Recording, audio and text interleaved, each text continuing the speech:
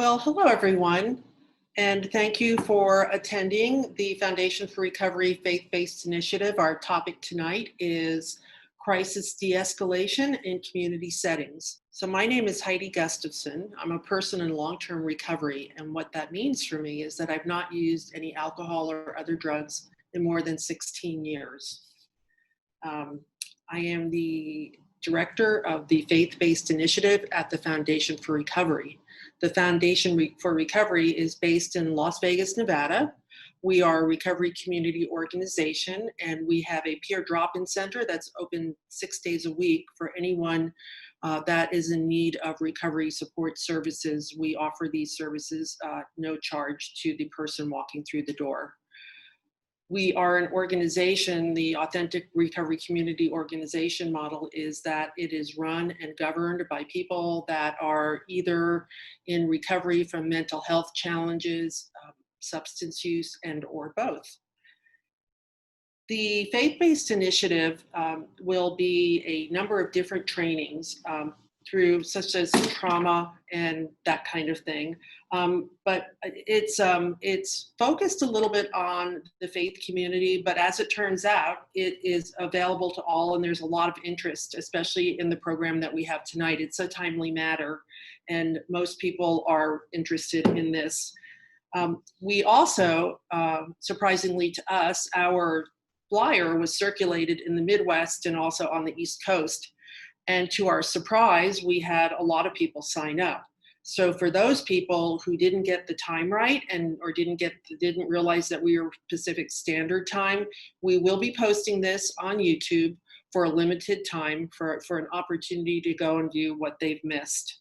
The only other thing I want to let you know is that we are committed to bringing to the public what the public wants. So we are putting a few polls up during this presentation that will allow you to choose what topics you're interested in learning so that we can schedule these out accordingly. I can be found at faith@forrecovery.org. And with that said, I would like to introduce Chris Cristiano, RN, and he will take a couple minutes and explain to you who he is. So thank you very much. Hello, everyone. Thank you, Heidi, for introducing me. As Heidi said, I am Christopher Cristiano. I'm RN. I currently work for the state of Nevada. Over the years that I have done this, both as an RN and I worked in hospitals as a mental health technician, a supervisor in various state hospitals here in Nevada, in Reno, Nevada. Juvenile justice centers, recovery centers, experience such as that throughout the years. I've taught crisis de-escalation for over 16 years now for the state of Nevada. I've had my own programs that I've taught in the community for group home providers, schools, as well as the juvenile justice system. I got interested in this in 2000. Our hospital that I was working in was changing the program that they had, and there was an initiative to reduce seclusion and restraint in hospitals. And I got involved with some other people on this initiative, and it was very successful. And over the years, I've developed a passion for this topic. In light of recent events in our country,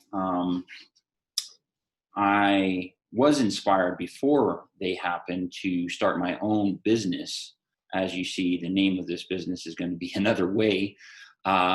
It's still in development, but if you are interested in receiving these trainings in the future on this, as well as expanded topics on this, you can contact me at the email that you see there. And I do want to thank everyone for attending, as well as the Nevada Substance Abuse Prevention, the Foundation for Recovery, all the agencies involved in this for bringing this together. Okay. So if we could go to the next slide, please. Okay, so this is a poll, and you can see that, hopefully. Would you consider yourself a member of the faith community? Okay, and if you could just fill that out for our presenter here, that would be great.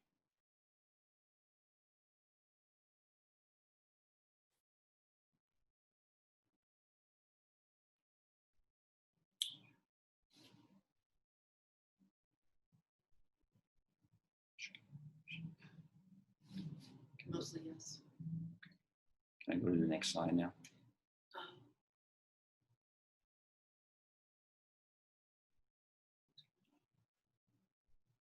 Does it say end poll?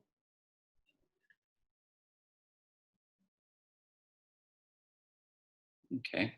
So it looks like there's about 69% of the participants involved in the faith community. I'd like to say, with that said, that this training is pertinent to all kinds of environments, whether you work in a church, a hospital, for a police department, anything. I've done these trainings for a community treatment teams in the past, police departments, hospitals. So the content of this is basically things that can be applied in any crisis situation to de-escalate that, hopefully to a safe level, okay? And the goals of this training, hopefully you can see that slide. I'm trying to get the poll thing down here, Sean, if you can take that down for me.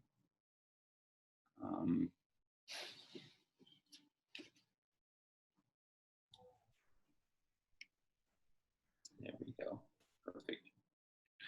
So knowing how to control yourself in crisis situations, that's one of the biggest things that is so important in all these situations that you may experience with individuals. Understanding how to control yourself is the biggest thing that affects these situations, usually outcomes. You'll see something in the training I call bag of tricks. This is a term I kind of came up with in my trainings that I did for the state for years. People used to say, "Oh, Chris, you're so good at these trainings. You're so good at dealing with these situations when they arise. Every time you come to these situations usually turn out." And basically, what I'd like you to do through the training is develop what I call your own bag of tricks. Take these things that I say in the training, write them down, put them into whatever experience that you have, whatever knowledge you have about crisis de-escalation, and really think of it that way, as a bag of tricks, or not going to work, without tools in your box. And you're going to see a slide later in the presentation that talks a lot about that, okay? So I want you to write these things down. If you follow a path during these situations that you get into, and you follow the things that you're going to see in this training, I want you to try that the next time you come into a crisis, because a lot of the things that we need to control in these situations is not the other person, but often ourselves, okay? So the second goal we have here is knowing when and how to de-escalate highly charged situations and understanding the crisis cycle. Understanding the crisis cycle is important because we need to know at what level we're dealing with somebody who is escalated and in crisis. And understanding that we also go through a crisis cycle ourselves. That is very important to try to bring into your bag of tricks. Put that in your tool bag, okay? Understanding how trauma and mental illness and or substance abuse affects crisis, okay? And then learning some safe options when managing agitated people. As I said, this is a very quick version of this. The class that I used to teach was over a 2-day course, 16 hours of training. This stuff can go very in depth. This is just a very basic edition of that. So if we could go to the next slide, Sean. Okay, so this is another way. A crisis can happen at any given moment. What we do and say makes all the difference. Let me tell you a story of another way. When I say another way, one of the stories that I used to tell in the training that I did was a story of a New York City police officer. His name was Sergeant Peterson. Sergeant Peterson was a officer in the New York City Police Department who worked for a community action team that worked with mental health clients. There was a story that we told, and it was very powerful. I don't have time to tell the whole thing in this class. That this officer responded to a situation where there was a individual who had a mental health diagnosis, and he was wielding a sword. When he showed up to the situation, there was multiple officers there, as you can imagine. They had their guns drawn on the individual, and he was basically ready to get shot. Officer Peterson, having a history of working with mental health clients as well as this individual in question, was able to de-escalate this situation through a very creative, out-of-the-box way. Now, when we get later into the slides, we're going to talk about thinking outside the box, doing things that aren't necessarily maybe the same way you always do them. Maybe you have rules, you have things you have to follow at an agency that you work at.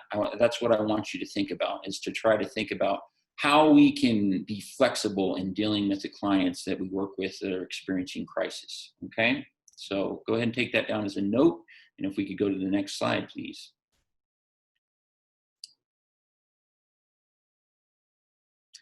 Okay, consider boiling water. Okay, this is an analogy I like to use because everybody's seen a pot of boiling water on a stove. I like to compare this to crisis because this is often how it is. Oftentimes we're trained in certain ways, and I know I was in the hospital for years to, deal with crisis by putting a lid on it. That wasn't always the best solution. That ended up in situations where either the person that we were working with or the staff that were working in the situation, the outcomes were not as good as they could have been, to say the least. When you take a pot of boiling water that's bubbling on the stove, you got steam coming out, and you put a lid on it, what does it continue to do? Well, it continues to boil, it gets hotter, it steams, and it doesn't go away. It just continues to boil, right? You take a pot of water off the stove, set it on the burner next to it, what happens almost instantly is that boiling water just becomes hot water. So I always like to use this analogy, and crisis is kind of the same way, that if we take the factors that are causing this situation to boil over, or just putting a lid on it, we take those factors and we try to work through those things, not do those things, get it just to the point where it's tepid and put it to the side, and that's the point we want crisis to be, okay? If we could go to the next slide. So, guiding the people we serve. This is something that I believe in strongly. Working in the hospitals that I worked in over the years, this was a topic that was very hard to get the people that I was teaching to understand and truly, truly believe in, okay? I believe, as being a nurse all these years and working in mental health, that for the state, needless to say, that the people that I was working for, I was there to serve them. And that was the biggest thing that always kept me grounded. You know, you get a paycheck for going to work wherever you work, whether it's a community provider, you work at a hospital, but you're there to serve people. And never ceased to amaze me over the years, the nurses, the technicians, the people that I work with sometimes would come into work and they'd seem so shocked by the things that they experienced.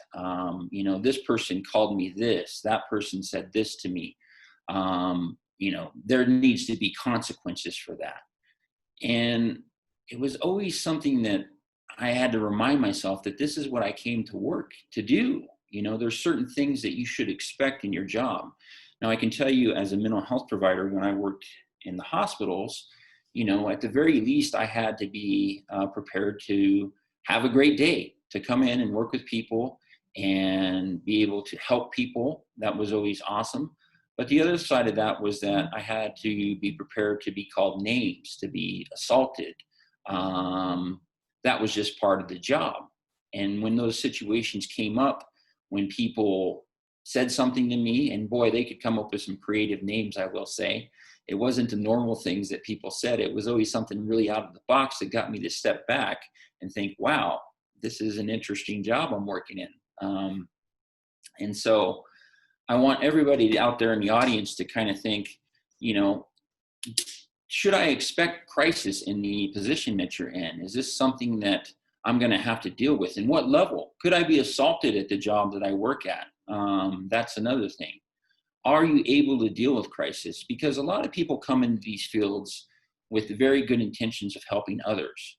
And then when something like a crisis comes along and they get called names, or things happen, or they deal with a mental health crisis or something, maybe they don't necessarily have the tools to resolve that. And it leaves them either feeling unprepared, or even worse, like they can't do the job.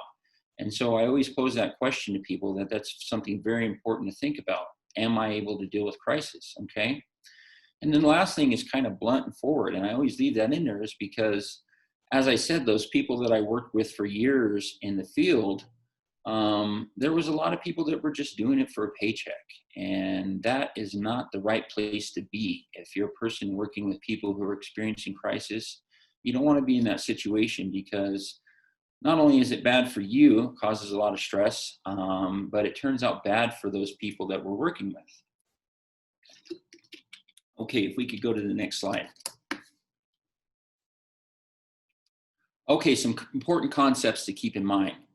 De-escalation techniques are abnormal, although if practice, they become normal, okay? And what I mean by being abnormal is that the things that I'm going to talk about in this class, if you follow a process during this whole de-escalation crisis resolution process, that if you follow these things, 9 out of 10 times things are going to turn out right. Now, I'm not saying that this is always going to go your way, that these things are always going to turn out well and nobody's going to get called names, or even worse, possibly even assaulted, if that's the type of job that you work in. I'm assuming that the people that are in this audience don't typically deal with that type of situation, but you deal with people who are going through some serious crises, okay? And I encourage you to really pay attention to the things I talk about later in the slides, following these techniques to make this resolve, hopefully peacefully, for everyone. Okay, and one of the big things is that we're driven to freeze, fight or flight or flee when we're scared. However, if you are there to de-escalate, we can do none of these. We have to usually at least be there throughout the situation to play it out. And maybe you're, as I said earlier, somebody who's not good at this. So take these techniques, put them in your bag of tricks, and follow these. This will help you get through these situations, okay? Reasoning with an enraged person is not possible. That's very important to make that statement, because the whole goal of crisis de-escalation is trying to get that person back to a place where they are able to talk with others. They are able to be rational, okay? So when we talk about the crisis cycle in some later slides, it's very important to remember that is when we talk about when they're at crisis, that is not the time to do certain things, okay? And then the first most important objective is to reduce the level of arousal so that discussion becomes possible. Next slide, please. Okay, just a little slide there. Fight or flight, we have a choice here. We can either stand our ground, we can defend our positions, attack, dig in, and persevere. Give way, retreat, or discard. With this slide, I'd like to just mention that I want you to think about when you've been angry yourself. How long can you continue on being angry? I mean, I'm talking crisis where you're yelling at the top of your lungs. Maybe you've been one of those people who's thrown things in the past. Maybe, how long can that go on? And I can tell you, working in the hospitals for the years that I did, that even with clients or people, individuals who I was working with, these situations usually resolve themselves, at least that level of crisis that we're talking about here, okay? It gets back down to a level where we're able to talk with that person if we do or say the right things and don't exacerbate the situation, okay? So if we could go to the next slide. All right, so let's talk about this fight or flight response. So when somebody comes up to you and they're in crisis, and say you're working at a desk somewhere, you're sitting behind your desk in your office, just a scenario here. You're there by yourself. You work in an office, let's say a center or whatever, and somebody comes in upset, screaming at the top of their lungs, I want this, banging on the table. And what I usually try to do in this class is actually to elicit this response from people. I get really quiet, and then I play into the crowd, and then I yell out really loud, right? And it scares everybody. It gets their fight or flight response going because they weren't expecting that from the instructor, okay? But that's the type of response I want you to think about. Just being scared, okay? Think about what happens when you get scared. Somebody's hiding behind a door. right? All of a sudden, you've got that adrenaline going, your heart's beating faster, your muscles are tight, okay? These are big things that happen in crisis.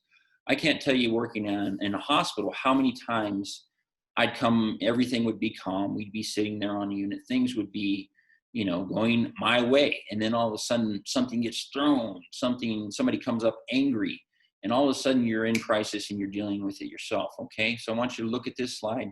These are things that can happen, and depending upon how good you are at controlling these things, this is the first thing that we want to consider, okay? The fight or flight response. So saliva increases, eyes, pupil dilate, blood vessels constrict. We start to breathe differently. This is something that happens almost instantly. Our heart beats faster, okay? Our muscles become tighter, as I said. There is a way to control this, and it's so simple, all right? And if we could go to the next slide, please. Okay, here we are, taking a deep breath, okay? This will help you calm down. Now, a lot of people think, wow, that's just, you know, of course I'm going to take a deep breath, but we forget to do this in crisis when we're scared. When somebody's come up to us and we've got that tense muscle, that's the first thing that's going to relieve that tension that we have, okay? So literally write this down in your bag of tricks. Take a deep breath. Literally go like that. I know that it seems that that would be abnormal in a situation where somebody comes up to you, but do that, okay? That's going to help you. When I used to get scared in these situations, the things that I would say, and for example, right now I'm doing this training. I've never done a training like this before, and I'm a little nervous, right? So I feel these butterflies, I feel these things, I feel this tension. Breathing is going to help me throughout this process, right? Trying to appear calm, centered, and self-assured, even though you may not feel it. Anxiety can make us feel anxious, and it can also escalate aggression, okay? I remember one situation I worked in where I came around a corner and there was a guy who had actually hopped over the counter, got off the unit that I was working on, and was trying to break out the door by kicking it down. I was there to resolve this situation. So I come around the corner and I didn't realize how big the guy was. He was literally over like 6'3", and I fully expected there to be other staff there to help me when I approached the situation, but jumping the gun and going right out there was not. And it was just me and this guy in this little enclosed area. Okay. Can't tell you how fast my heart was going. And I think I tried to say something that would get this guy to calm down and stop kicking the door. As he turned around, he saw me, and then I became the person that he was focused on. I tried to say something, but I remember the words that came out were very jumbled, confused. He could tell I was scared. He could tell I was having anxiety as well. I wasn't expecting this at this time. Okay. I went through all the things we're going to talk about in this class later on, but the first thing I did was take a deep breath. I stepped back. I got my space. We're going to talk about that later on. And I really thought about what I was going to say. We're going to mention some things later on in the class called self-talk, things like that. And I did this next thing. I used a calm, low, monotonous voice, okay? Because I was talking like this, I think. I could tell I was scared. I had a tight voice. My voice was shaking, okay? So I took that deep breath. I got in a really low tone of voice. And this is a really good technique to use in these situations, okay? Now, I'll try to do this over the training here. You can hear how my voice is now, for example, okay? If I try to change my voice, talk softer, okay? When somebody's experiencing crisis, they're yelling, they're screaming, you start to talk softer, in a softer tone, a softer pitch. Lower your voice down, don't try to talk over the person. Super important, okay? Works very well, so try that, okay? Allowing this guy to yell and get it off his chest was huge. You know, he was screaming, I want out of the place, this and that. I just let him yell for a minute, and I use the things that we're going to talk about later, as well as these couple techniques here, to get control of myself, first of all. And if we could go to the next slide, please. So self-talk, I just mentioned that. That was one of the important things that I did in this situation, okay? That tense and relax muscle. I want you to think about all the big muscle groups in your body. We have our abdominals, we have our legs. Those are all very big muscle groups. Those are oftentimes some of the muscles that tend to tense up in these situations, okay? Consciously, when you get in one of these situations where you're experiencing this anxiety, where you're not breathing, right? Tense and relax your muscles, okay?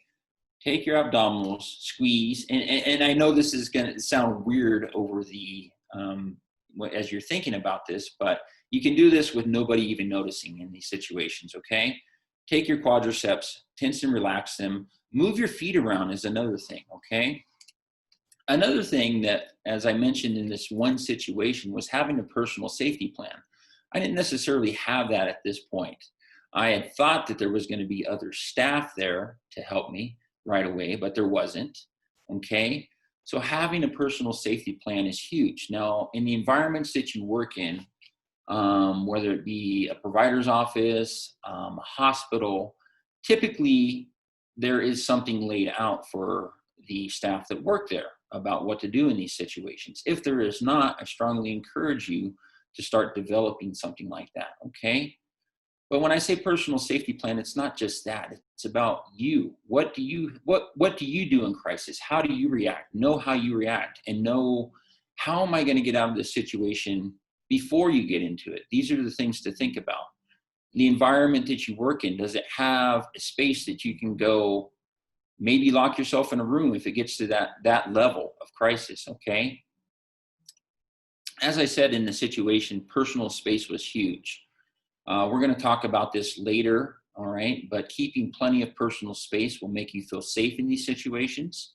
And if you do get attacked or it gets to that level, you will have time to react, okay?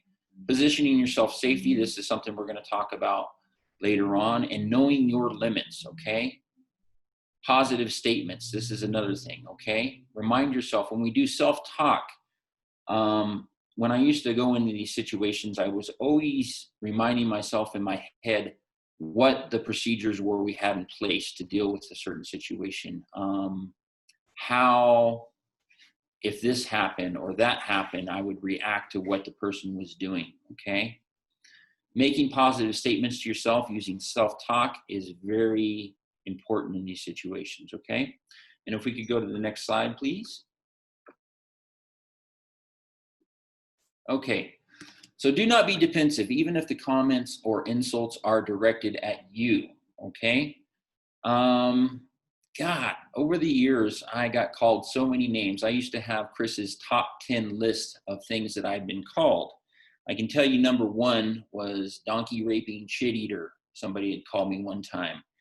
And I always kept a list to remind myself not only of that person and that situation and how I may have reacted to it, but as to keep my job lighthearted sometimes. You know, it can get really serious in these environments that we work in, and it's important not to be defensive. Realizing that the people we work with are going through certain things. We're going to talk about having a sense of empathy later on, and understanding that the people that you work with are going through traumatic situations. We're going to talk about trauma later on, okay? So don't be defensive. And as we said in the beginning of one of the first slides, remember that, is this something that you're going to be dealing with? Are you going to be dealing with aggressive people who are upset? Yes, most likely. And so you're going to have to learn not to be defensive and take it personal. That's huge, okay? Understanding what resources are available for backup. That situation that I mentioned, now, obviously, I knew that I would have people there shortly to help me, but I wasn't ready for it at the time. And so that led to all those things that we had talked about previously. Being very respectful, even when firmly setting limits or calling for help. Now, when you're personally attacked at your job, dealing with certain individuals, it can be hard to give respect back, especially when somebody's yelling at you, calling you names. But it's first and foremost important to be respectful as well as professional, right? These are things we have to remember, and it's very hard to do in these situations. So when we talk about control of self, always try to be respectful, whatever you say. And we're going to talk about some things in the bag of tricks when we get to that slide later on that are going to be very important statements to make in these situations, okay? Giving the client plenty of room, we're going to keep mentioning that. And a lot of these things are going to be repeated throughout this training. And these are things that need to go in your bag of tricks. So space is huge. Space is so huge. And we're going to talk about distances and different situations. And then consider all things, okay? Thinking outside of the box in these situations, because everybody who's attending this class is different. And the clients that we work with are all from different walks of life. Some of them have diagnoses, some of them do not. Some of them are going through traumatic situations, have been in trauma before. And when we talk about trauma, this is a big thing. Consider all things that oftentimes, well, we'll mention that later, okay? If we could go to the next slide, please. Okay, so physical stance. All right, I don't know if I can get up and do this and you guys can see it, but a side stance is best, okay? Whenever you're talking with somebody who's in this situation, we want to be at a side stance. Now, why is that? Of course, it protects those vital areas, okay? Let me see if I can demonstrate this real quick. And maybe you can see, no, that's not going to work. Okay. So just imagine, okay, so how does a fighter stand? And I'm not encouraging anybody to get in that type of stance, but if you think about how a fighter stands up in a fight, right? They're usually at a side, okay? They've got their hands above their waist, okay? And one leg is in front of the other, one is behind the other, okay? The distance that they're standing, okay, is usually, well, it can be close, of course, if they're attacking, but they try to get back from that line of, those verbal insults or whatever. You don't want to be in the area where somebody's yelling and screaming at the top of their lungs, they're upset, you're going to get, say, spit on, something like that, okay? So 2 arms is a great length to be away from a person who's upset, okay? As I said, this gives you time to react. It gives you more space. And we adjust this depending on the situation, okay? Now, if somebody's really upset, they're crazy, they're just out of control completely, throwing things, we obviously want to step back even farther, okay? If there's weapons involved, that would be something to stand really far back, way more than 2 arms, okay? We want to make slow, calculated movements with our feet and arms. Now, remember earlier we mentioned that when you're standing there, you don't want to be standing in one place. That's going to build tension in your muscles. So you just kind of want to, move your feet around, adjust to that person as they come towards you, maybe take a step back. And that's why that side stance is so important, because if somebody comes towards me, I don't want my feet like standing straight towards them. I can't give an example of this, but I want to be able to kind of shuffle back from the side, okay? Having objects. Now, a lot of us work in offices, environments where there's going to be objects to create a barrier between us. That can make us feel safer, okay? But we also want to consider those objects as weapons as well. Those are things that we want to think about. We don't want that big fishbowl that we have sitting on our desk with our little fish in there to become something that can be thrown at us, okay? We don't want that to be between us and the person. So those barriers can be used both as a safety net, as well as consider something that might be dangerous in situations.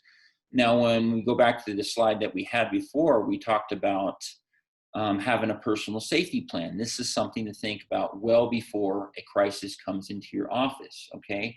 Are there things in my office that could be used as weapons? Are there things in my office that could create safety? Am I able to escape out of this area if I had to? If somebody came in upset, yelling, threatening, would I be able to get out? Who would I call? What numbers do I call? Do I call the police? Is there the person who works next to me that I'm going to be able to call? What are their hours? These are all super important to consider, okay? And if we could go to the next slide. So we talked about this. Oops, nope, here we are. Try not to turn your back, okay? especially somebody who's when we get to the crisis cycle, in crisis, in full on crisis, yelling, screaming, upset, threatening, okay? We do not want to turn our back if possible. You see some examples below here, okay? Don't stand like this. I watched a situation the other day with some police officers who were dealing with an aggressive individual. And one of I think it was a paramedic, he was standing there. He's a big guy. And so I'm sure he felt confident in himself. But he walks up to this individual with his hands in his pocket, okay? Very bad idea, okay? This person was, they were obviously very upset in this video that I'd watched, okay? And he walks up to this individual and gets closer than 2 arms distance with his hands in his pocket, okay? I'm just gonna try to stand up here, okay? So this stance that we want is something like this. Now we use a side stance, right? We have our legs shoulder width apart, okay? And we use our arms to kind of keep us safe, to maybe if somebody does try to do something real quick, at least we can throw our hands up and defend ourselves, or step away, okay? Something like this, all right? We always want to try to be at the same eye level, okay? Now, if somebody is sitting down and they're upset, you're working in an environment where you have, like in the hospital, we used to have a day room, and there'd be people, you know, causing crisis or having a crisis in the day room, sitting in a chair. Crisis can be in a chair. Now, what's the great thing about somebody sitting in a chair? Well, most likely they're not going to attack you, right? But they're still in crisis and it needs to be dealt with. So, you know, going up to that person and trying to establish that same eye level, one of the things that we did was maybe pull up a chair next to them, make it more on their level, okay? Very important. Stand on the non-dominant side of a person, slightly to the side, okay? And why is that? Well, I'm a right-handed person, and if I was going to attack somebody, obviously it would be with my right hand, okay? Everything that I'm going to be saying, getting aggressive with, is going to be this. You know, you need to stop doing what you're doing. This is what I'm mad about, right? Okay? So, eye contact, right? Do not maintain constant eye contact. I'll allow an individual to break his or her gaze away and look away. Okay. So if I just sit here and I stare into the camera at all you, I think that's kind of weird, right? All right. If I just did this the whole time, you'd probably become very uncomfortable during this training. But if I look away, I get a drink, I move my gaze away, it seems more natural, right? Same thing with crisis. We want to do that from time to time. Other bad stances, let's talk about this real quick. So the arms crossed. People do this sometimes, and this comes across as very authoritarian. We don't want to be seen as that person. When I get to the bag of tricks later on, I'm going to talk about trying to get yourself established with that person as a helper, somebody there that's there to, if not resolve the situation, at least help and find a way to get it resolved, okay? And if we could go to the next slide, please. So crisis can work for some individuals when we start talking about the crisis cycle, okay? It can be a learned reaction to people, events, and environments. This may be especially true with people who are in mental health treatment or whatnot. Oftentimes, are people that we work with, people who have been in environments that breed crisis, let's say, or are used to crisis.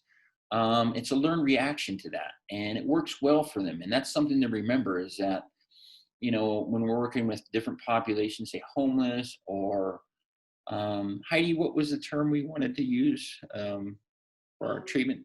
Oh, no, people with mental health challenges and or drug and alcohol. Drug and alcohol abuse. Okay, so getting angry works for people sometimes. Okay, it's part of the human experience. What us as providers we want to do is we want to remember that this next statement here is that it's okay to be angry. It's okay to be upset. Letting that person, as we said earlier, yell and get it off their chest is a very important part of this process, okay? So take that time, and that's what these situations often involve, is time. And that's oftentimes the things that we value most as staff. If we're working in a busy environment, we've got other recipients or people we have to work with, it's very hard for us to take that time to deal with crisis. And again, if it's somebody who frequently experiences crisis for whatever reason, or they're upset, it becomes less, we become less interested in dealing with that person and working with that person and getting through that crisis, okay? But it is very important to take that time.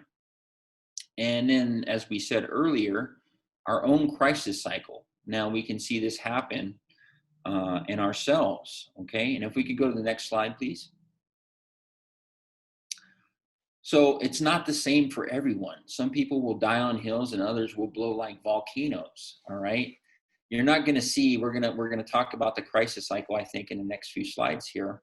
We're going to see it on a graph, and it's not the same for everybody. Some people go from 0 to 60 and for no reason, right? It seems we don't often observe those triggers and those things we're going to talk about, okay? Trying to understand, though, and observe what a person's coping skills are before the crisis is super important, okay? And then considering some things. Does this person have a history of mental illness or substance misuse? Do they have a history of being in institutions? These are all things that are going to affect this cycle, possibly, and it's things that we need to consider. And when we talk about self-talk earlier, I want you all to think about that as you're working through these situations with the recipients you work with. If we could go to the next slide, please.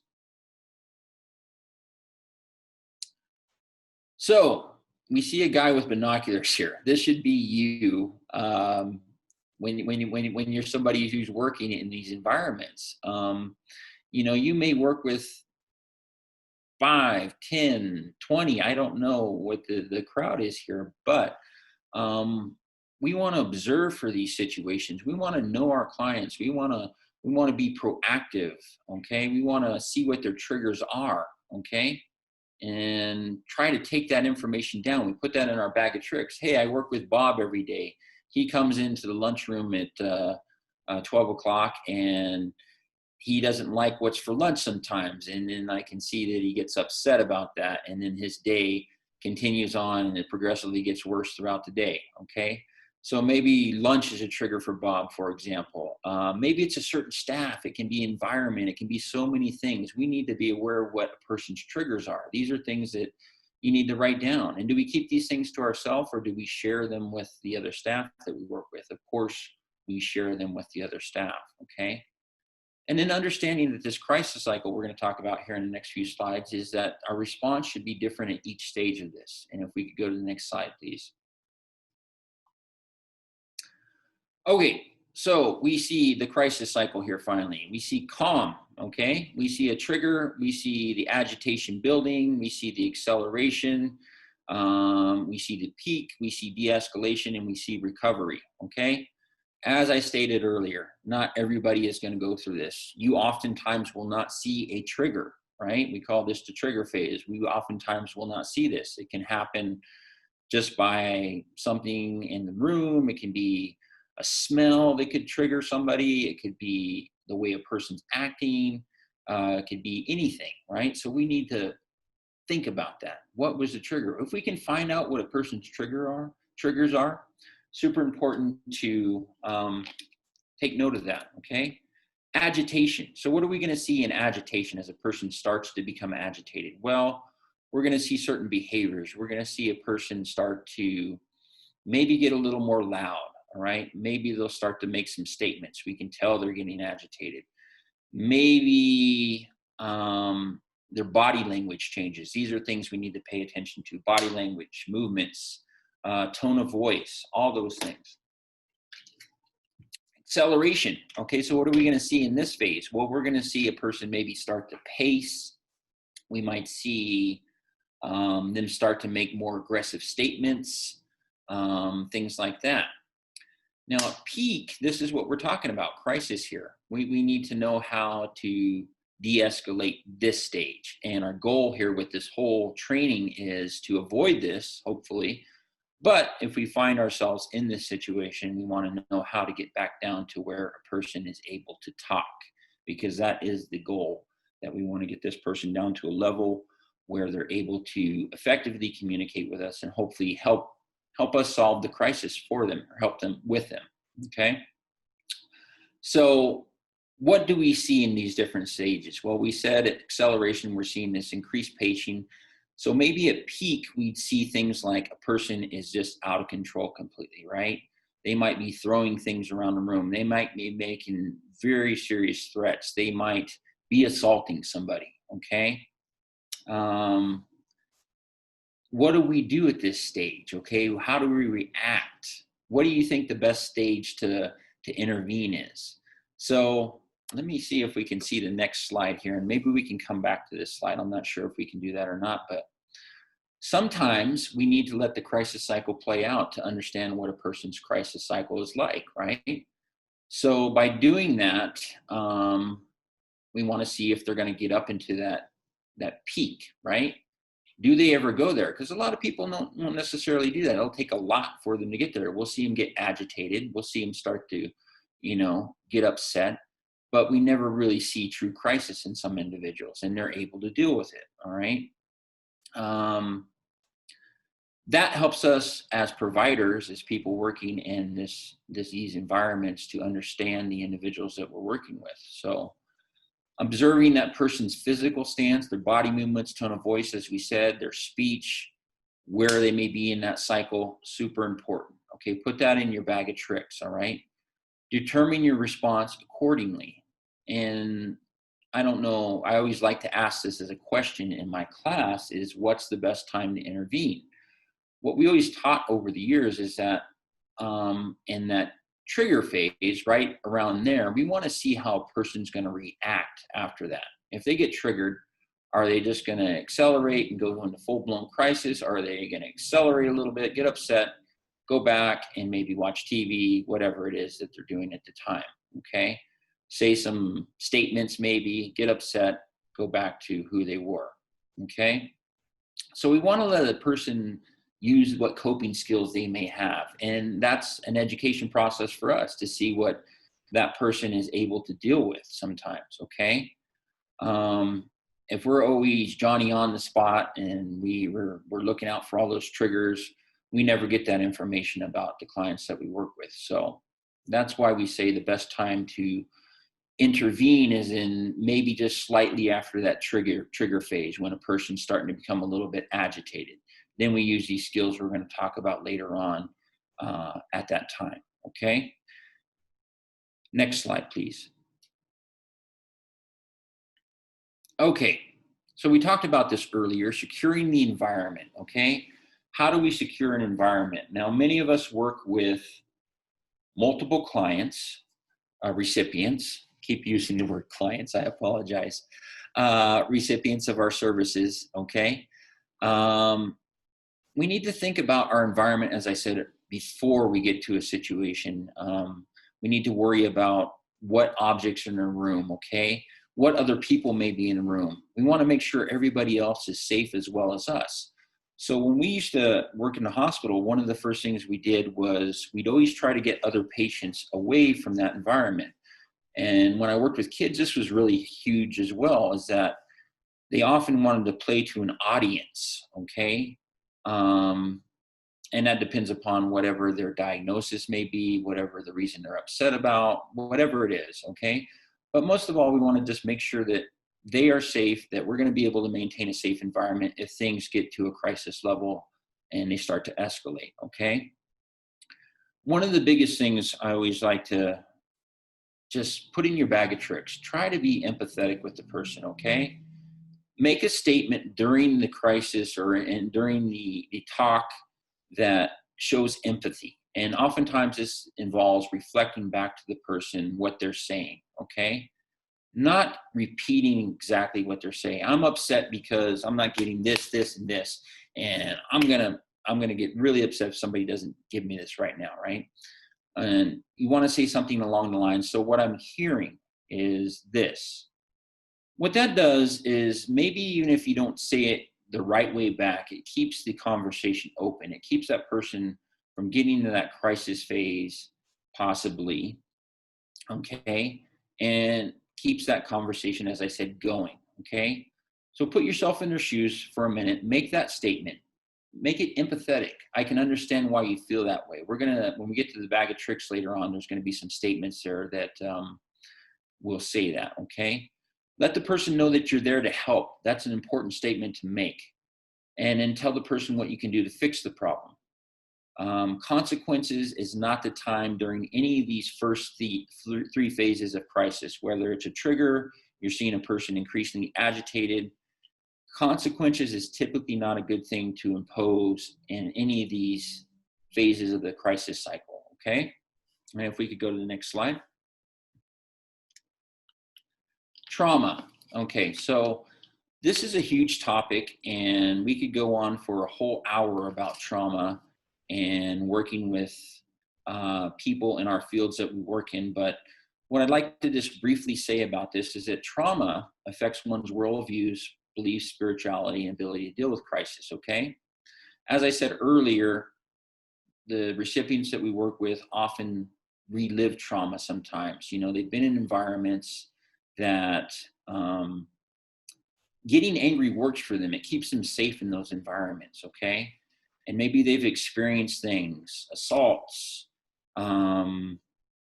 bad situations with providers before that were traumatic, very traumatic. I mean, we can't even imagine. That's why we've got to use that empathy, okay? Maybe they've lost so much in their life. They've lost their house, they've lost their home, they've lost their family.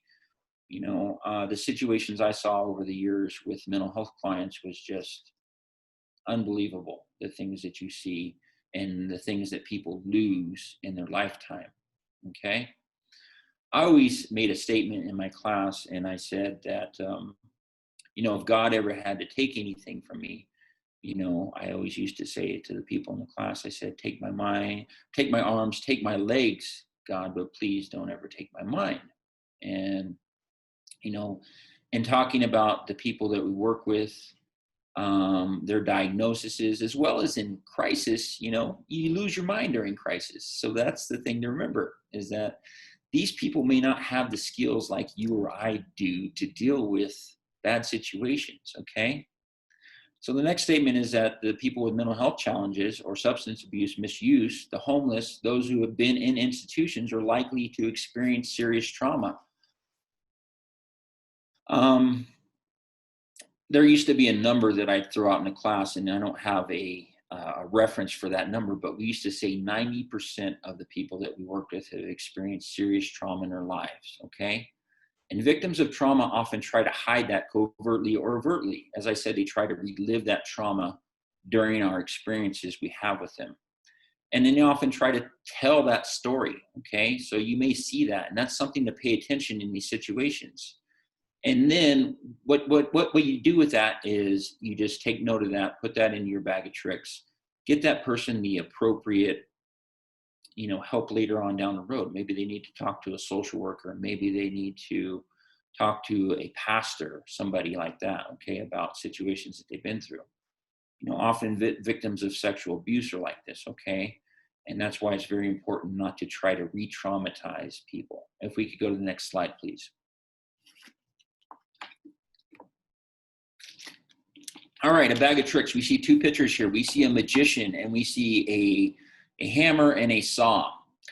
As I did this for years in the institutions that I worked in the hospitals that I worked in, people would always tell me, wow, you are really good at dealing with these situations, Chris. You know, I always took pride in 20 years of working in a state institution. I can honestly say I was physically assaulted maybe 5 times out of 20 something years of working in that place. I had known individuals, other staff in there, who had been assaulted tens, if not hundreds of times over the years that they had worked there, as long as I had. And so that was a credit to me. I always felt good about that, and always credited the people that I worked with. When I say a bag of tricks, I learned so much from people who were really good at this throughout the years. I watched people. I was an observer of behaviors, not only of the people that I worked with, but also the staff who were super good at this, the training programs that I went to, and so on and so forth. I developed this thing called a bag of tricks, right? And simply, it's statements. It's information that I've taken throughout the years and I apply to these situations, okay?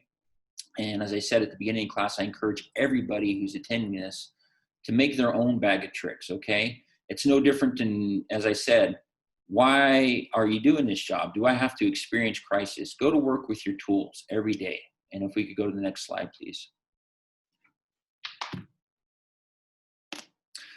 Okay, so we always want to be prepared. We want to make and repeat certain statements, okay?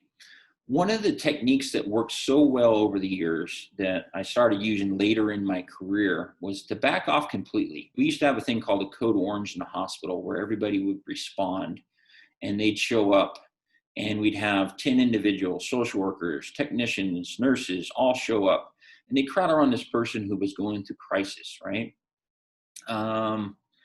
And oftentimes what that did was only escalate the situation, okay? My response was always to arrive to the situation, find out what was going on, talk to the staff that had been involved, and then get everybody just to back off. Just back off. Unless there was something going on, of course, that was dangerous. People were being assaulted. That's a totally different situation, okay?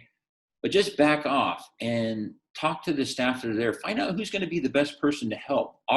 Is that me? Is that somebody else, okay? This is a hard thing to do. It's hard that when you're the person who's been insulted, you're the person who's maybe been assaulted, you're the person who's personally involved dealing with that situation to step away from that situation, okay? And it often takes somebody outside that situation to make that call, okay? So there needs to be certain things that happen. Maybe a debriefing, you've all heard that term before and after the event, okay? We want to work as a team. Remember why we're all there, okay? As I said, learn from others, okay? If we could go to the next slide. We're okay with time. Okay. So, bag of tricks. This is such simple stuff. Oh my gosh. This is the magic here. This is the magic that I used to do every day. You know, I'd walk onto a unit and I'd see people, you know, staff members, and I'd see patients. And I always observed what was going on the first thing, who was there, what patients were doing, things like that. One of the first goals I always had every day was to go out and say good morning, not to the staff that were there. You know, you want to talk about your fishing trip over the weekend. You want to talk about your vacation that you went on. One of the first things I did was go out and introduce myself, say, hey, I'm Chris. This is what I do here. Super important. It establishes that initial rapport that's going to be very helpful later on during a crisis situation when that person goes through it. You see some other things there. Hello and good night. Okay. You may not know the person. You may not have that chance to say good morning. Okay. But making a statement during a situation, hi, my name is, or not hi, but my name is Chris. Here's what I'm going to do to help. Okay. I'm here to help you. Okay. I used to have a list of about 20 things I called the bag of tricks. I want you to think about, you watched other people. I used to make the same statements, and that was one of them. I'm here to help. Okay.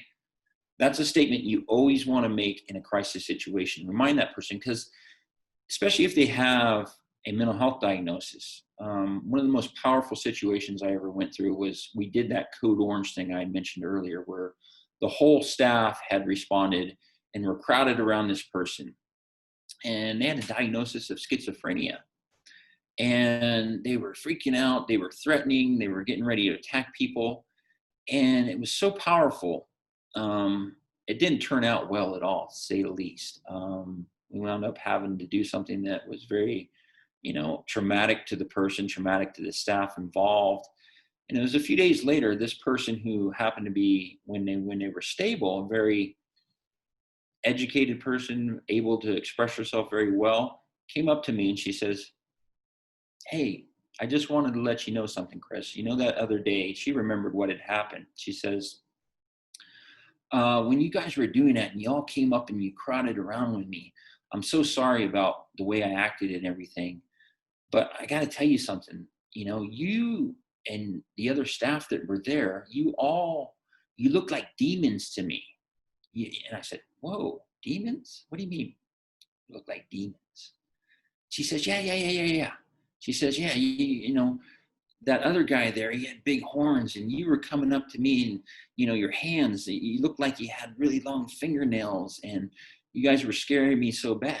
And I was like, oh my God. If that's what that person was seeing during that time, the best thing we could have done at that point was to just back off, right?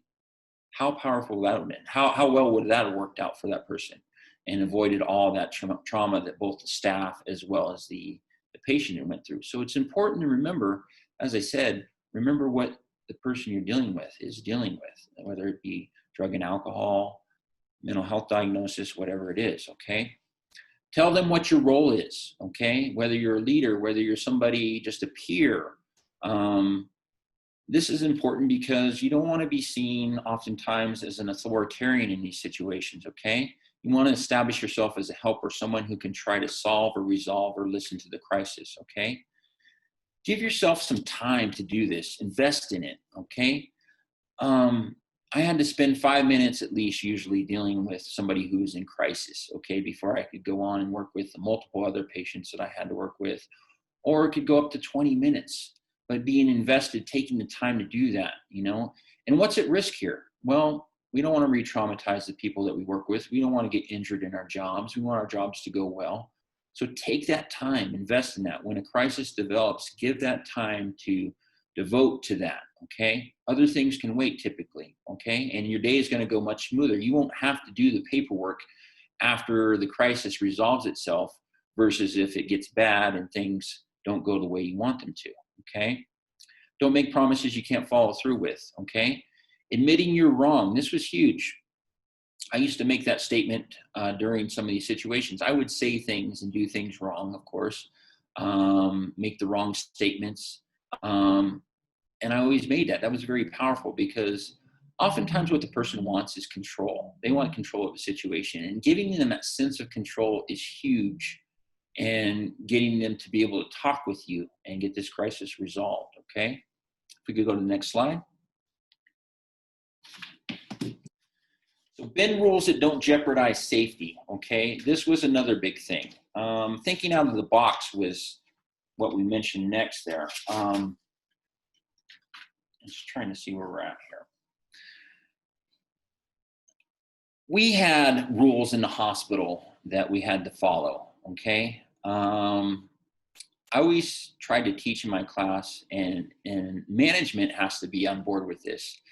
Know what your agency or wherever you work, what the rules are, okay? What you can do to be outside of the box there. Is this something that maybe, maybe it's a hot cup of coffee. Maybe it's letting the person out for a cigarette. These are things we did in the hospital, right? I'm not sure where you all work, but think about what things you have available to maybe resolve a crisis. It may be drink food. It may be a cigarette. It may be a cookie. It may be anything, a statement that you make, okay? These other things are walk and talk, sit and talk, okay? Getting a person to sit down when they're in crisis is possible, right? Or they're in that escalation phase. Hey, come sit down. It makes it safer for you. It makes them feel more relaxed, okay? We want to think about certain things when we sit down next to somebody who's going through this crisis cycle. We don't want to sit right really close to them. We want to maybe position a chair next to them, pull up a chair, maybe have them sit at a table. We sit across from the table, gives us that barrier and makes us feel safe, okay? Walk and talk. So this best applies to, like, say you're working in an area where you've got multiple clients. Walk them out of the area. You have a fight that breaks out. Get that one person, who's, maybe not such in control as the other person, and walk them completely off the unit, or wherever you're working.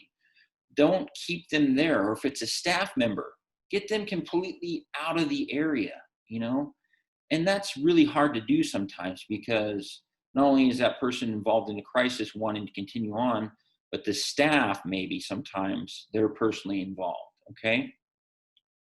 As I said, don't come across as an authoritarian. Try to be confident or less confident. One of the challenges that I had, you can't see from the PowerPoint here, but I'm a fairly decent sized guy. I work out and everything. And I always had the challenge coming to these situations is being seen as an authoritarian. One of the great statements that I used to make when I'd come to these situations was that your behavior was scaring me. Okay. Now, I mentioned earlier that control for these situations is super important for people. Okay. Feeling in control of the situation. That made them feel more in control. That made me look less like I was there to do whatever they were probably thinking, right? That gave them control, got them back into talking. Okay. All right. So, and then you may have the opposite. You may be a small person and you're going up to deal with somebody who's really big, powerful, strong, angry, upset. You got to be confident. You got to portray yourself as a confident person, able to resolve this situation for them. Okay. If you can't resolve that crisis, let them know what you can do to resolve that. Okay. All right. Next slide, please. I'm just looking for time. Are we okay? We're okay. All right. So things that help keep people or situations from escalating. Move the situation outside. We just mentioned that. Okay. If possible. That's one of those bendable rules oftentimes. You know, I worked in a locked environment all the years that I worked in these hospitals and stuff. But we did have a courtyard available. We had a gym available. And it usually took me going up and talking to whoever was in charge. Oftentimes I was in charge, so that was always made it easier. But just getting that person away from the environment. You know, where I worked was a psychiatric hospital. And on an acute unit, you know, you've got 20 people yelling, upset. Not 20 people, but you got 20 people upset, doing things, you know, maybe making noise. Getting that agitated person away from that environment. Sometimes we had a comfort room at the hospital. Maybe that's something you could consider in your environment, something that would help a person de-escalate. We had things that involved sensory, touch and feel things in there, all kinds of different things. All right. I used to like to just take people out to the courtyard, let them run around, get a little steam off, maybe talk to them out there. Okay. If it was safe, of course, you know, those are the things that we need to consider. All right. The quiet zone, get that person to a quiet area most of all. Okay. Because oftentimes these environments are exactly that, not quiet. Okay. Next slide, please. Personal space, we've mentioned that quite a few times now, okay? So I want you to all think about what's your personal space. If you were dealing with somebody, just in a normal everyday situation, what's the distance you feel comfortable talking to people? If somebody is up in your space, you know, does it feel good to be like right here or way back here, okay? Everybody's personal space is different. It's often increased with recipients that we work with who have a mental health diagnosis. They need more personal space. Or the complete opposite. Sometimes their boundaries are uninhibited and they get right up in your personal space. They'll come right up. I can think of some of the diagnoses you see on the slide here: bipolar, ADHD. These people are very up in your face people sometimes, okay? And they don't have the personal space that you or I require, and it can be very uncomfortable. So we go back to that thing I talked about earlier, the stance. That's why that's so important, because we want to be able to naturally step back and shuffle back and say, hey, I need a little personal space here. Maybe put your hand up, not up in their face, of course, but just down. Just give me a little space. I'm going to help you with this situation, but I need my space. Makes you feel safe, you know. Knowing their diagnosis. Okay, so this is part of the bag of tricks. You know, a lot of us work in maybe a hospital, maybe we work in that church or whatever. We're going to deal with all these different diagnoses over the time that we're working with our people that we work with. Depression, bipolar, ADHD, anxiety, detoxing from drugs, opioids, things like that, okay? PTSD, super important, all right? How are these different diagnoses gonna react? Well, a person who wants their opioids right now, it's gonna be, you know, they're gonna be really upset. And I know there's a lot of people in the crowd who work with these people, and I know you have these skills in your bags and tricks. The bipolar diagnosis was so hard. That was a very challenging one to work with through the years. I can remember when I said earlier, I kind of misspoke when that a person can only be mad for 20 minutes or upset or out of control. Well, that may not be so true with bipolar sometimes. It can go on and on until you get that person stabilized on medication. It can be a roller coaster for everybody involved, not only you as the staff, but the other people in the environment, the people that are living there or whatever environment you work in, okay? Next slide, please. Some things we want to think about: not seeing the person when alone. Don't be too confident about these situations. I remember when I first started working at the hospital, there was a terrible story of a person who did exactly this, felt too confident in their skills, and saw a person when alone and was assaulted very seriously. And so we always want to try to take whatever precautions we can in working with people who are agitated, going through crisis, okay? Maybe it's a simple phone call. Maybe if you work in an environment where there's only 2 staff there, let's say, and you work with one other staff, and sometimes they're there or they're in an office down the hall. Come up with that personal safety plan. Say, I'm going to be seeing so-and-so at a certain time. Make a call to them. Even, if you're a provider, tell another client, another person that you work with, that you're going to be seeing somebody. So at least somebody knows what's going on, okay? Always try to be aware of a person's history of aggression or violence. Super important. This was one of the things we used to screen for right away. So if you work in one of these environments where maybe you can ask this question, this would be super important, okay? Hey, what do you do when you get upset? Have you ever assaulted somebody? Do you just get mad? Do you yell, you scream? Do you want to be left alone? Knowing how a person reacts in situations, okay? Our office environments or wherever we're working. So this next statement here: do not allow the individual to get between you and the door, okay? You always want to have an escape route in these situations, okay? And it goes back to that stance as well as the objects in the environment, thinking about where you're at, okay, and how I'm going to be able to get out of this situation, okay? Now, if they already arrived there agitated, don't take them in your office until you can calm them down. Take them outside, or walk and talk with them before you take them in that environment if that's something that has to be done, okay? See them in a neutral space, larger space, space that gives you the chance to escape if necessary, okay? Next slide, please. Be aware of those items, as I talked about earlier: the fishbowl in your office, the big 3-hole punch that we keep on the desk oftentimes, your computer that maybe you're interviewing somebody with, whatever, okay, the big TV that can be thrown across the room.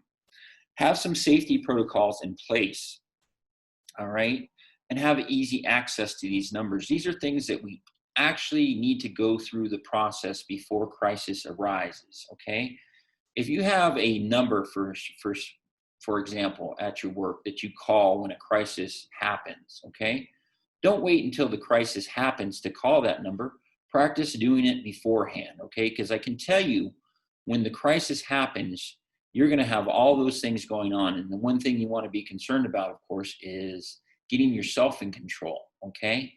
And when you try to dial that number when you're scared, you're upset, you've got that breathing and the increased heart rate going on, you're going to dial that number wrong. I can almost promise you every time. So you're going to want to go through these things, come up with plans in your office to have a crisis plan when crisis arises, what to do, who does what, who do we call, okay? And in that escape route, super important. I always suggest that people think about rearranging things in their office. You may like where your desk is at, but is it going to afford you the opportunity to escape if you are somebody who sees people in crisis quite often, okay? Move those objects around. Next slide, please. The de-escalation discussion. Okay, so we want to explain limits and rules in a firm. And then when we're talking about this, we're talking about the crisis stage, okay? We want that lower voice when somebody starts to get escalated. But when somebody's making threats, we want to be firm with them, okay? We want to explain what the limits and rules are. This is what I can do. This is how I help. It's not okay for you to threaten, okay? And here is what's going to happen if this goes this way, okay? But always respectful. And that wasn't the best example to use there. Here's what's going to happen. You'd want to say something along the lines, maybe I can't help you if you continue to do this, and I don't want you to lose these services here, but this is the result if this continues on this way. Give choices. Remember I said earlier, they want to feel like they're in control, okay? Wherever possible, to both alternatives, safe ones, okay? Would you like to continue meeting calmly, or would you prefer to stop now and talk later? Or maybe come back tomorrow. That's always an option, okay? And when a person realizes that, hey, I came here for this, I need these services, oh, I've got to calm down now. So make a statement like that. That's a really good one there, okay? Use that empathy statement, make that empathy statement reflect back to the person, okay, with feelings, but not the behavior, okay? So here's an example. I understand that you have every right to feel angry, okay? But it's not okay for you to threaten me or others. I'm here to help. I'm here to help. Remember I said earlier, make that statement again, okay? Repeat that. Next slide, please. Don't want to try to be a counselor. You may have your degree, you may be a nurse, you may be a social worker, you may be a counselor, whatever. When a person's in crisis, they don't want that. They just want to feel in control of the situation. They don't need to be analyzed.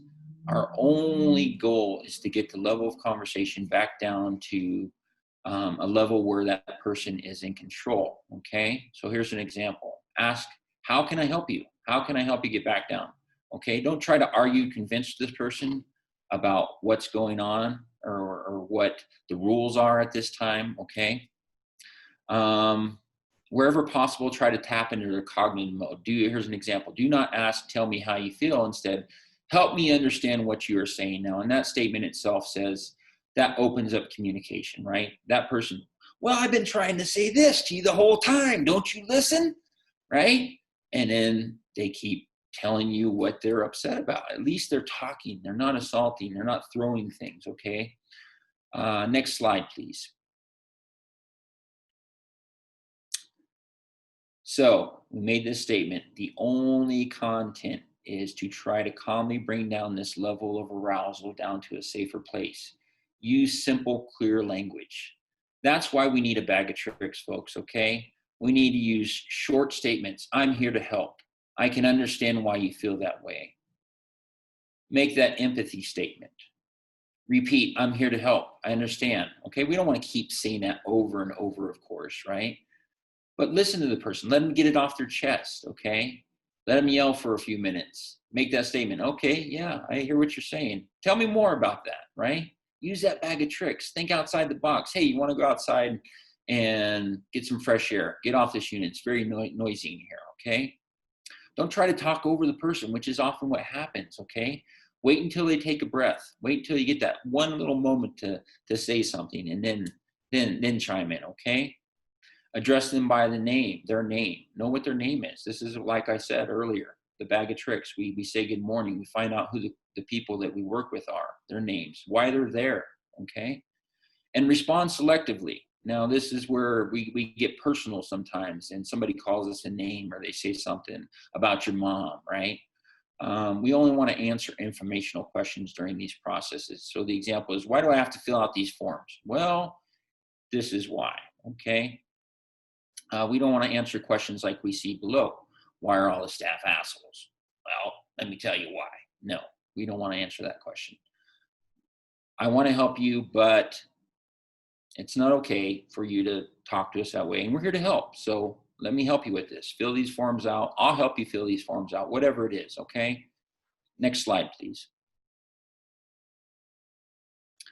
Alternative behaviors, okay? And this is where we need to have a plan of action, okay? We need to look at our environments that we work in, and we need to think about what options do I have here? What can I offer a person in crisis? You know, do I have a list of numbers they can have, or do I have things in the office I can offer? Or is there another staff I can call? Whatever it is, those are the things we need to think about beforehand. Okay.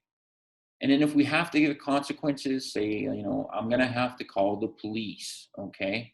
Try not to make that a threat. You know, make it like something I said earlier. You know, your behavior is scaring me, and I don't want this. I really want you to get the services that you need, but your behavior is scaring me, and I'm going to have to end this interview.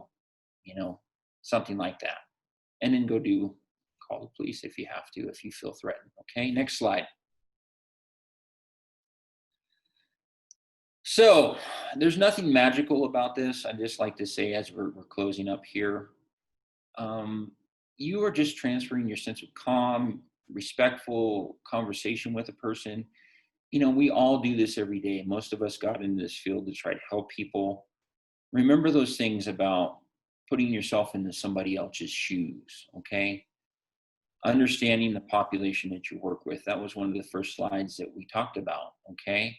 What you're going to be working with and who you're going to be working with and what type of behaviors you may have to deal with, okay? You're just basically transferring that calm control of yourself to that person, okay? Lowering your tone of voice. The person's yelling, trying to scream over you. You can't get a word in edgewise. When you talk softly, you talk calmly. You explain the rules, okay? And that's another thing I did forget to mention. Oftentimes, one of the biggest sources of agitations in the places that we work in are not understanding the procedures that are going to happen, the things that a person can expect. And if you're that person who can help that person understand that better, you're going to be seen as a person, a helper to that person, okay, should I say, all right? Trust your instincts. If you assess or feel that de-escalation is not working, stop. Tell that person to leave. Escort them to the door, or call someone else to help, okay? All right. Next slide, please. Remember, you know, this is something I always like to mention in this training. Group home providers, for example, that's the person's home. They live there, okay? And remember that you're somebody there to help. I always never looked at my job any different than being a waiter. Though I was a nurse for many years, I was a mental health technician. I was there to meet that person's needs. And if you went to a restaurant, for example, and you didn't get, you know, greeted by the waiter quickly in a timely manner and explain whatever was on the menu, you probably wouldn't leave a good tip, and you wouldn't be very polite or kind or come back to that restaurant, right? So it's the same thing in working these environments that I'm not saying we're all waiters, but we are there to help those people. And not knowing what's going on in these situations oftentimes is one of the biggest sources of, you know, being upset for our clients, our recipients, okay? And don't expect people to act like you or I would. They've been through traumatic situations. They've seen and been in terrible, terrible places that maybe you or I wouldn't react the same way as well, okay? And our goal with this is not to solve the problem, as I said, simply to avoid further crisis or somebody getting hurt, traumatized, or, you know, not getting the services that they need, okay? We want to keep it always at that one level, okay? Don't try to be a hero. And of course, if somebody ever has a gun or a weapon, depending upon whatever environment you work in, that's not something that we're trained to deal with typically. And lock yourself behind a door. Get away from the situation as quickly as possible. Call the police, okay? Or cooperate if you have to. And if we go to the next slide. Okay, so we just mentioned all those things. One of the good resources, if you do ever have to call the police, is a lot of communities have mobile crisis teams, okay? And if you can get in touch with those people in your communities, those are great teams to call typically. I trained with one here in the Reno area for years. Very effective. They're still around here, and they are able to work with clients that regular police officers aren't typically as good at working with, okay? So these are people that can resolve situations. They have social workers on these teams. They have police officers specially trained to work with, individuals going through crisis. Not to say that all police officers aren't trained to do that, but even more so, okay? Maybe a family member sometimes. There were often times where I would go out of the box and use that thing we mentioned earlier, and hey, maybe it was a simple phone call to a family member to get that person to feel better. Always follow up with clinical follow-up if you can. Get that professional to address that and to help that individual, hopefully, because that's the goal. If we could go to the next slide, please. All right, conflict resolved. And I'm sorry if that went over, folks. It's the first time I'm doing this training on this type of environment. There's going to be adjustments, hopefully, in the future. If you have questions, we'll take questions now. We'll do a question and answer session. There's also, on the next slide here, I believe we have another poll. Okay, so which of the following topics would you be interested in for future trainings? If you could fill that out real quickly, please select 2. Perfect. I'm just going to hijack you for Okay. a moment because I forgot to tell people. Okay, I'm going to let Heidi say something here real quick. I'm stepping away. Hi, everyone, and thanks for filling out this. It's so interesting to watch as people fill out these topics, these polls. So we went a little over, but that's okay because it's my Zoom account. After this, we're going to keep the lines open for a little while. So if you have questions for Christopher, just feel free to go ahead and send them in through the chat and or raise your hand. Okay, so really quick, I had a couple of people ask about certificates of participation, and we are able to give out CEUs on this. It's only an hour, but we can attach a CEU to that. If you're interested, go ahead and email me at faith@forrecovery.org, and we will send you an electronic version. I would need your full name. Thank you so much, and back to Chris. Thanks, Heidi. All right, questions here. Okay. I see, is this where we do questions? No, he's gonna end the poll here in a minute. There's still people filling it out. It looks like it's still moving.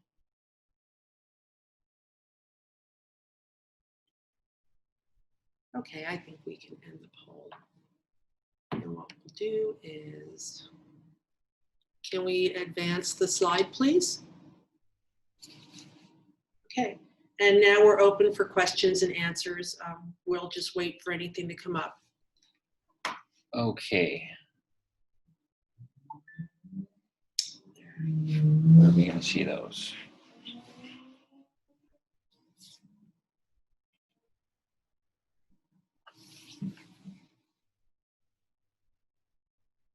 Just hang on for a minute. Let's see.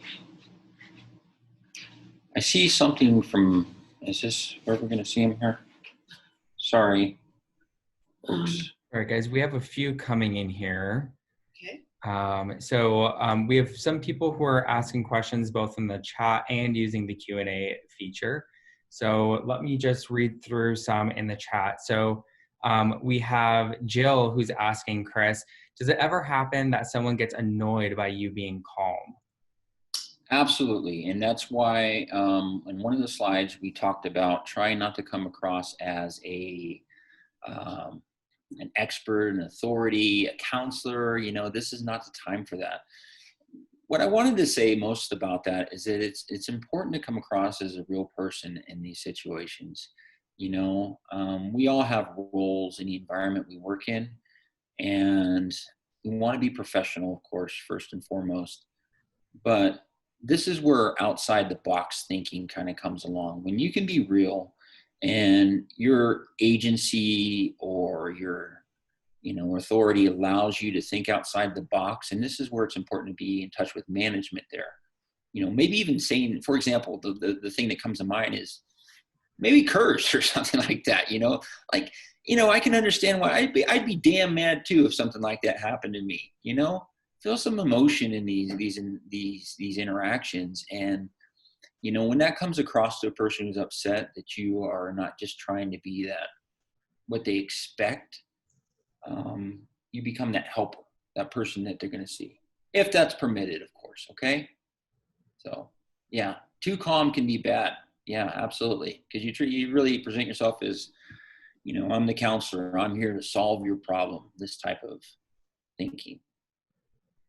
Thanks, Chris. Yep. Another question here from Maria. So she's saying that this particular training wasn't exactly what she was expecting. Okay. She was thinking that the training may have focused a little bit more on resolving conflict between two people, and that it would be a little bit more geared towards everyday people handling those in their personal lives who are in crisis. So maybe like a loved one who are experiencing crisis. And so do you want to just maybe touch on that? Sure. Well, I don't recommend trying this on your spouse at home because, it goes back to that last question, trying to be too analytical in your thinking with, situations with our loved ones. These skills do work with everybody. And I've had to use this in my personal life with people I've dealt with. And practicing it over the years, as I said, this is something that's learned and practiced. You're just not good at this unless you do these things regularly. And if you start to apply some of these things that I talked about, getting yourself to be calm in these situations, in a personal situation, that's one of the things that we're often not. We're not calm, right? So getting yourself calm and saying the right things rather than saying something angry or upset, that's huge, right? I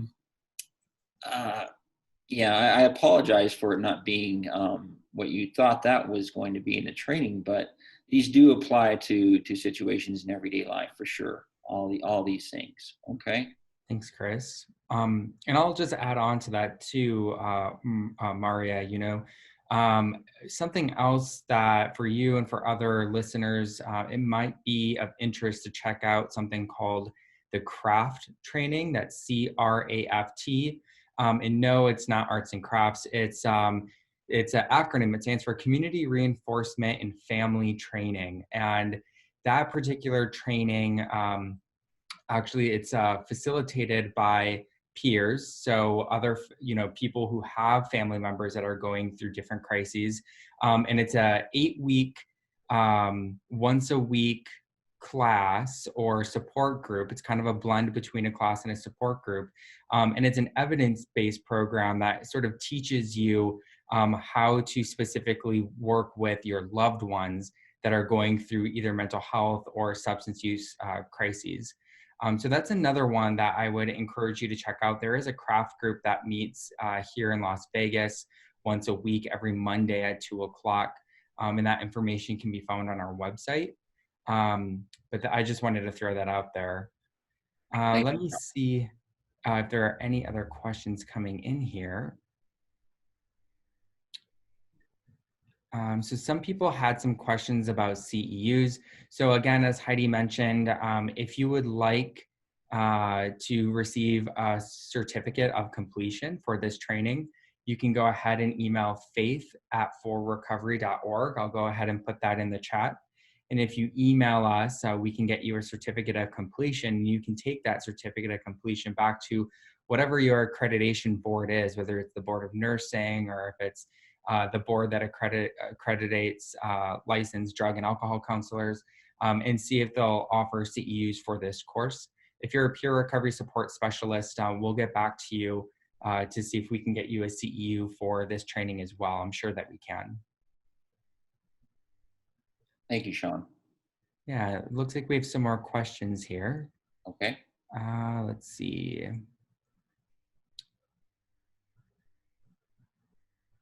Let me just read this here quick. So Emmy is asking, this might be a little out of the ordinary, but what kind of questions or things should management look for when hiring or interviewing for staff to work in these types of settings? For example, mental health, drug use, homelessness, etc., to see who is actually able to handle crisis. There seems to be a lot of people that want to help people and be in this field, but how do you help recognize if they're in the right field before getting in the field? Well, I actually had the privilege of being a part of management for many years at the hospital there that hired people. So one of the questions we used to have a series of questions that we ask: what would you do in this situation? Come up with a scenario, ask that person that question, and formulate your result from that. That was really powerful for us oftentimes, because when somebody has, and another question, of course, is to ask, do you have any experience in working with clients in crisis? What would you do in this situation? If anybody's ever worked in an environment like a hospital or whatever, there's all kinds of trainings out there that they go to, okay? And sometimes asking them, something about their personal life can be really powerful as well. What'd you do in a personal situation here? Or tell us about a situation about crisis that you've been through, and see how they describe it to you. That's a good question to ask as well. Thank you, Chris. Let me just see if we have some more here. Gerald asks, let's see. It looks like he has posted a few times in here. He wants to thank you, Chris, for the presentation. He also says that he's followed someone called Marshall Rosenberg, who's the founder of the Nonviolent Communication and Compassionate Communication. And he's wondering if you happen to be familiar with him and the art of communication. I have never heard of that program before. The programs that I worked for, obviously there's a national accredited program that's probably the biggest program out there. I actually taught for them for a while. And then the state program that I have is called CPART, Conflict Prevention and Response Training. I served as a chairman of that thing for the state for many years. I watched the thing I didn't like at the end is I became the guy who had to watch videos of these situations that occurred. And that wasn't fun for me, because again, one of those things that I talked about in the class was taking yourself out of that situation. That's really hard for people to do sometimes. So, and then also with juvenile services, I forgot to mention, I worked with both adolescents, pediatrics, all kinds of, adults, different populations throughout the years, and different programs. So no, I have never heard of that program before. There are a lot of good programs out there. The thing that I really encourage you to think about is that bag of tricks concept. It's something that I'm still developing myself for my program. It's a lot of thinking out of the box, because these situations don't get resolved with the typical kind of, use an empathy statement. It's the things like stepping completely away from the situation sometimes that resolves crazy situations sometimes. Getting the right person in there to talk, to say something, you may not be the person who's best to resolve this with this person. And that's really hard for us to do sometimes, to step away. Okay. I hope that answered that question, kind of. I get rambling. Thanks, Chris. And it looks like a lot of people are just sending in their kudos, saying that this was so great. It was so helpful in their jobs. It's good information. Thank you for the training. Very informative. Thank you so much. Magda Hirsch does have a question that has come through here. It says, I appreciate the presentation very much, and I would enjoy having a follow-up practical training such as those available from the mobile crisis team to practice. So something a little bit more hands-on, it sounds like. Any suggestions to whom we can turn to here in Las Vegas? Well, I'm absolutely sure that Las Vegas has a mobile crisis team. So I would try to get in touch with them. The people in my area, if you want to email me, you see my email down there. I'm sure that they may have contacts down in Las Vegas that they could get you in touch with. So if you wanted to email me, I could talk to the people here in Reno and figure out where that is. As this process develops, I didn't mention at the beginning of the class, but I'm starting my own situation here, business. And as this develops, we're going to have more training modules on those types of things in the future. I've taught defensive tactics over the years. And the class that I used to teach, as I said, was a 16-hour, 2-day class. And so there's so much more to this. This is, obviously we went over, I'm going to have to refine this to determine, what an hour of good content is. But this is the best content I could bring you within the time that we had. So that bag of tricks and remembering to do those things is super important. I promise you that will work in these situations. And in developing your own stuff throughout the months and years that you work in this field is going to be so important. And in sharing that with others as well. Don't keep it to yourself. So Chris, we have a question coming in from Pat. Pat says, I'm with Celebrate Recovery. And for those of you who might be tuning in who aren't aware, that is a faith-based recovery program. So he goes, I'm with Celebrate Recovery. What other training would you recommend for leaders to help with people in crisis? Center to talk to me, I'm being told by Heidi here. Oh, center to talk to me. Okay. So can you refer to Heidi possibly? Absolutely. So Pat, if you emailed faith@forrecovery.org, Foundation for Recovery is currently, and this is part of it, has launched a faith-based initiative, and specifically for faith leaders and people in programs like Celebrate Recovery. Heidi is the director of this program, and she's putting together a full training curriculum specifically for folks out there just like you. So I put her email in the chat, and you can feel free to reach out to her directly. And we can do something custom. And we can also customize trainings and classes for people too. Yes, and it looks like, so people are sharing a lot of resources that they want to share with the rest of participants. So I'll just read those out loud, share them in the chat as well.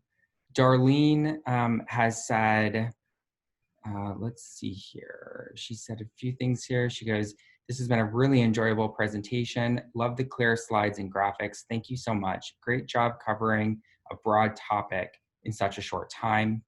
And she wanted to point out that having a relationship with the client is imperative when crisis occurs. You will be ahead of the game if you already have that relationship built.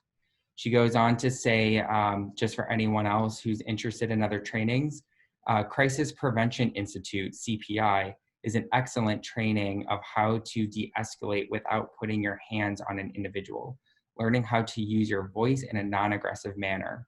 And it's a certification for anyone who's interested. I'll go ahead and just pop that in the chat.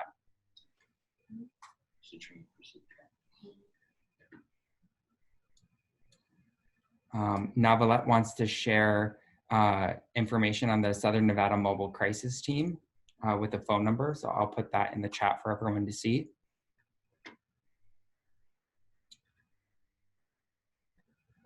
And Heidi Gerald said, thank you all. I worked for a faith-based treatment program. I'm so glad to be introduced to Foundation for Recovery, and I will contact you.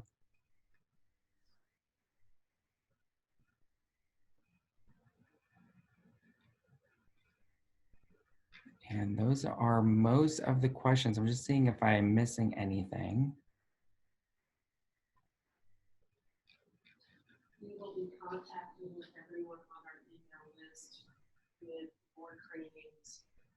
On the calendar on the website. Okay, it looks like Maria just wanted to point out to us too, as trainers, that as far as she had a little bit of a difficulty getting into the actual Zoom. We apologize for that. We noticed after the event page had been up for a while that there was a little bit of an issue with the link, but we did resolve that later on. And so for future trainings, that shouldn't be an issue. And again, I apologize for that. And for anyone that wasn't able to log in, if you know anybody, again, we will be posting the recording of this on our YouTube page. We'll be sending out the link to everyone who attended this evening's training.